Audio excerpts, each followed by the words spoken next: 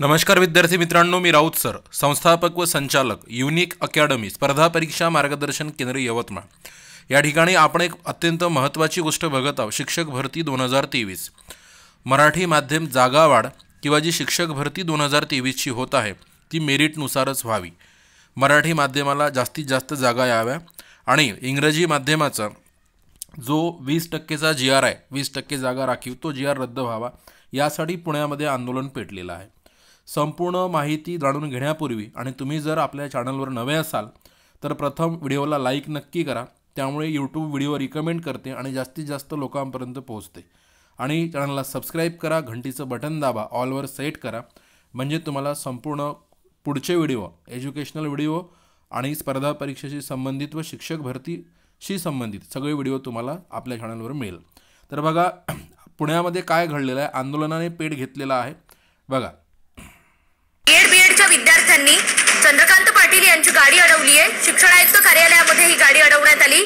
शिक्षक भरतीमध्ये इंग्रजी माध्यमांचं स्वतंत्र आरक्षण रद्द करण्याची मागणी आंदोलक विद्यार्थ्यांकडून करण्यात येते। तर मराठी माध्यमातील विद्यार्थ्यांना न्याय द्यावा अशी मागणी सुद्धा या परीक्षार्थींकडून आणि विद्यार्थ्यांकडून करण्यात येते। अधिक माहिती आपण जाणून घेणार आहोत आपले प्रतिनिधी योगेश बोरसे यांच्याकडून। योगेश, काय नेमक्या महत्त्वाच्या मागण्या आहेत विद्यार्थ्यांच्या? पुण्यातल्या शिक्षण आयुक्त कार्यालयाबाहेर गेल्या काही दिवसांपासून बीएडचे विद्यार्थी आंदोलन करत आहेत आणि या आंदोलक विद्यार्थ्यांची प्रमुख जी मागणी आहे ती अर्थातच शिक्षक भरतीमध्ये इंग्रजी माध्यमाच्या विद्यार्थ्यांचं जे काही स्वतंत्र आरक्षण आहे ते रद्द करण्यात यावं आणि मराठी माध्यमातील विद्यार्थ्यांना न्याय देण्यात यावा, अशा पद्धतीची मागणी होती। आणि ही मागणी घेऊनच चंद्रकांत पाटील खरं तर त्या परिसरात आलेले असताना या सर्व आंदोलक विद्यार्थ्यांनी चंद्रकांत पाटलांच्या गाडीला घेराव घातलेला आहे।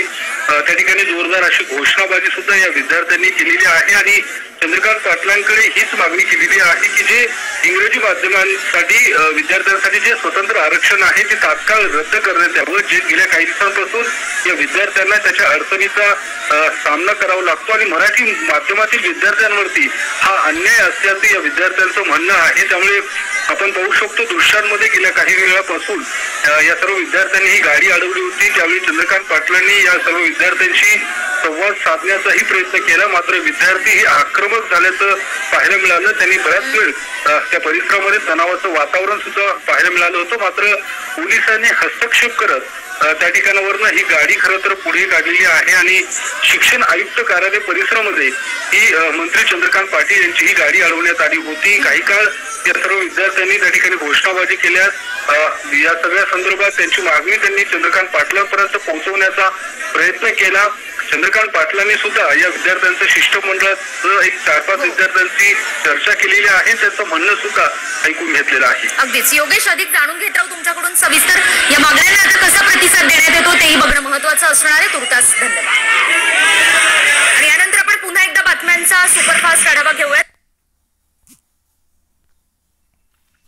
मित्रांनो, महाराष्ट्राची राजभाषा मराठी आणि मराठी माध्यमालाच कमी जागा किंवा प्रत्येक शाळेमध्ये म्हणजे इंग्रजी शिक्षकांना सर्वाधिक जागा, यासाठी पुण्यामध्ये सगळे विद्यार्थी आंदोलन सुरू आहे आणि त्यासाठी प्रत्येक लेव्हलवरून आपापल्या जिल्हा परिषदामध्ये आणि आपापल्या जिल्ह्याच्या ठिकाणावरून सुद्धा सर्व व्यक्ती प्रयत्न करत आहेत। तरी या प्रयत्नामध्ये सगळ्यांनी आणखी भर टाकावी आणि एकदम मजबूत प्रयत्न करून आपल्या मराठी शाळेची जी अस्मिता आहे ती जिवंत ठेवावी आणि त्यासाठी सर्वांनी एकत्र येऊन लढा द्यावा।